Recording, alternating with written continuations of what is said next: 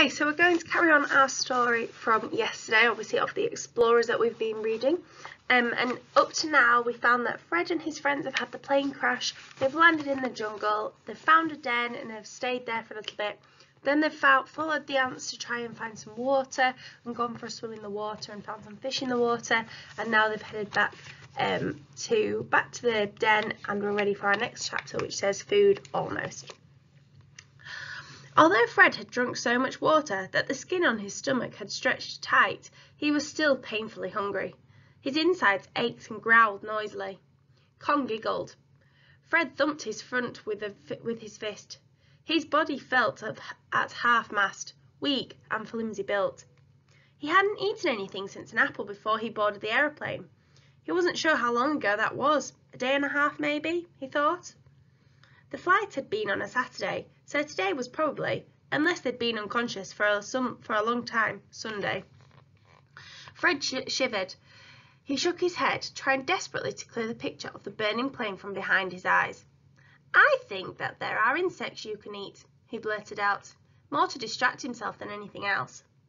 The comment was greeted with a silence so unenthusiastic that it seemed to have its own particular smell. And we can find some fruit," he added. "There's got to be some somewhere. There are monkeys, and the monkeys have to be eating bananas. Bananas, maybe. There were banana leaves in the den, or berries." "How do we know if the berries are safe?" said Con. "I'll test them," said Fred. "But what if you die?" she asked. "Maybe we should all test them, if we find any, but not Max." "Why not Max?" "If we're risking our lives, why shouldn't he?" said Con. "Because he's too young," said Leela, "and he has allergies." "That's not fair," said Con. She smacked a small rock against a large one, making Max jump. Fred could feel his own temper slipping away. The heat was burning, and his stomach felt bitter. "Con," he said, "come on." "You don't know me well enough to tell me to come on. Nobody voted you as the leader." Fred bit his tongue, feeling his nostrils flare angrily. "I didn't say I was." Leela's face was crumpling. "Don't," she swallowed back a noise that might have been the beginning of tears or screams, and tried to change the subject. "What were you saying about insects?" "One of my books said you can eat insects that eat cocoa pods." "What book?" "Just a book about explorers. It was a book about Percy Fawcett, a man who had come to the Amazon in search of golden cities. It was the kind of book that you left breathless and eye stretched." What did your book?" Con pronounced the word with distrust. "Say the insects looked like?" "Small," said Fred. "It said not to eat any insects too big to put up your nostril." "Any further detail on that?" asked Con. Her teeth looked sarcastic. No, Fred wished, not for the first time, that more of his books had had pictures. "Leela will know," Max said proudly. "Leela knows all about animals. She nearly got expelled for trying to keep a squirrel in her desk. Mama was so angry." "Shh, Max," Leela glared at her brother. "Well, insects aren't animals, so none of this is useful." "Do you know?" Fred asked Leela. There was a spark of something staring behind his eyes. "I'm not sure," said Leela. "But actually," she jumped to her feet. "Max, stay here. I'll be right back." "What? No!" Max put down the leaf he was chewing on and screwed his face into an angry ball. "Wait!" But Leela had gone, running out of the clearing, her half-burnt plaits swinging behind her. The 15 minutes that followed were not peaceful. Max tried to follow Leela, but Leela had disappeared into the undergrowth and couldn't be found.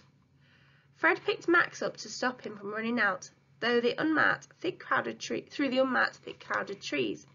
Max bit him on the back of the hand. Con called him a horrible word, and Max bit Con on the shin. Before Con could bite Max back, Leela burst out of the trees. His eyes were raw with relief. "Oh, thank goodness, I thought I was lost. I missed a turn somewhere," she said, her breath jagged-edged and her forehead shining with sweat. She had made her jersey into a kind of sack, which she had held in both arms.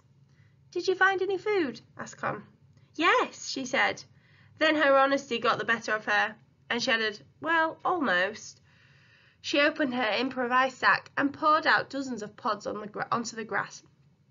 "They don't all have larvae holes in them," she said, "but I thought we could eat the cocoa beans too." She began breaking them open with her nails. Fred picked up one of the pods. There were 2 holes in the top. "There's something in here." He tried to shake it out, but it didn't come out. He poked a stick into the hole and shook it again, and a fat little grub, 2 centimeters long, tipped out onto his palm. "That's it," said Leela. "That's the grub. You can eat it." "Oh, good," lied Fred. The grub lay on his hand. It didn't move, but seemed to be pulsating slightly. He sniffed it. "Go on," said Con. "It was your idea." "Ugh." Fred pinched his nose, braced himself, and bit the grub in half. It was soft, but its insides were sandy, and the crunch of it against his teeth made him shudder. He swallowed with difficulty. "It tastes a tiny little bit like chocolate," he said. "Really?" said Con. Her whole face and even her ears were sceptical. It's difficult to make ears register emotion, but Con managed it. "But mostly like dirt," Fred admitted. "Peanuts and dirt." Soon the grubs lay in a pinkish writhing pyramid. Fred tried to feel grateful that they had any food at all, but he failed badly. Leela picked the 3 plumpest and offered them palm up to Max. "No, I don't want that. That's not food." "Max only eats actual food, Mama says. Don't eat insects." Leela sighed. "He talks about himself as if he were another person when he's nervous." "Max isn't nervous," said Max. "Maxie is just being good." He rubbed at a cut on his knee and began to hiccup. "I want to go home," he said. "I know you do," said Leela. She pulled him closer. "But this is all we have. I don't know what else to do, Maxie." He pushed her away. "Mama would know." His nail caught on her cheek, on the cut of Leela's cheek. "But Mama's not here." She blinked hard and wiped her nose on her wrist. "What if we fry them?" said Fred, "and make them into a pancake?" "Fry on what? We don't have a pan," said Con. "But we've got stones," said Leela. She scrubbed her face with her top and tried to sound bright. "We can make chocolate pancakes, sort of." "Sort of," said Con. "Really quite amazingly sort of." Okay, we've reached the next chapter, but I'm going to keep reading because obviously it was quite a short chapter, that one, and this one's also not too long as well. So this one is called Fire. The grubs were mixed with the cocoa beans and pounded with a clean stick, turned into a paste, which, if you squinted and were of an optimistic temperament, looked like flour and water. "Now we just have to make a fire and cook them," said Fred. "Just," said Con. "We need a flint," said Fred. "We need kindling," said Leela. "And matches," said Con. "I'll do the kindling," said Fred. Most of the wood surrounding them had dried since the rain that night before. He held the hem of his cricket jumper in his teeth and made a hammock for the wood. The night in the jungle had not improved the taste of the wool. He came back to the clearing and tipped the wood into a pile a few paces away from the den. "There were flints in there," said Leela. "We could rub away the moss and use them to make a spark. Flints don't go off." "Flints aren't enough by themselves though," said Fred. "I've tried. You need a bit of steel." Leela ducked into the den to fetch the flint. Con was staring at Fred's watch. What's that made of?" Fred stared down at his watch, covered it protectively with his hand. "Glass." "And steel. My father gave it to me when I went to boarding school." "But it's broken," said Con. "I know that," he said. "So," said Con, "if it's broken, it's not really a watch anymore, is it? But what is it? A lump of steel." Fred jerked his hand back. His father never brought his birthday gifts. He left it to his secretary to take Fred to Harrods and pick out something sensible. This was the only gift Fred could actually remember his father choosing for himself. He had it engraved with Fred's initials. Leela nodded. "It might be the only way," she said. Her voice had sympathy in it, but grit too. "Fine," said Fred.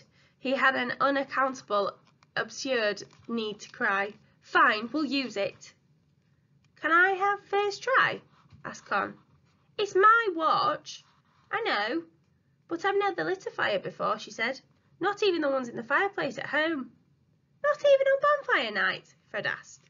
I'm not allowed.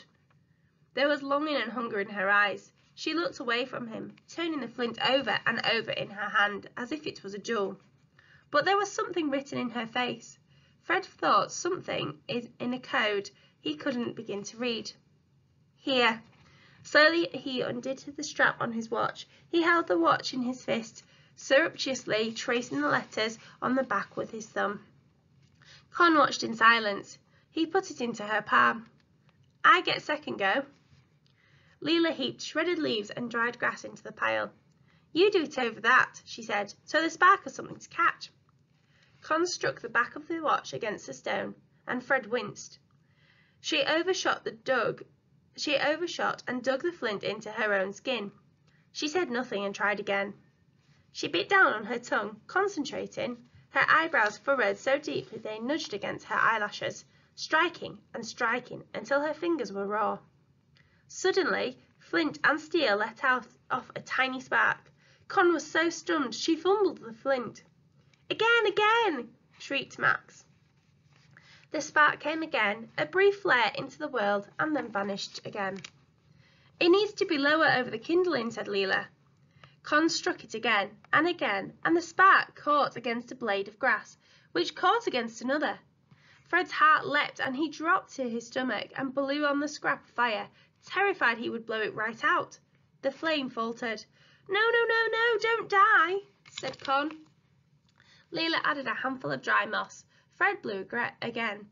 The fire seemed to breathe in and then exhaled a cough of flames. Max whooped and Leela held out a sheaf of twigs. The fire caught at them, made 5 burning fingers, ate them whole. It belched upwards. More, said Max. He was dancing in a tight circle, slapping at his ribs. Feed it more. Fred added a handful of bone-dry leaves and then another and another. The fire made a noise like an idea being born, a crackle that sounded like hope, and sent up a column of flames. They all rocked back on their ankles, grinning at each other. We could sleep in shifts, said Con, to make sure it doesn't go out. We made that by ourselves. She looked at the fire with pride. Fred put the watch quietly in his pocket. It was scratched now and deeply dented, but inside his pocket he clutched it so tightly it dug a circular bruise into his palm. It's the most beautiful fire I've ever seen, said Leela. Yes, said Con, by far. Max bit lightly at Leela's arm. Can we eat now? I'm so hungry, I might die.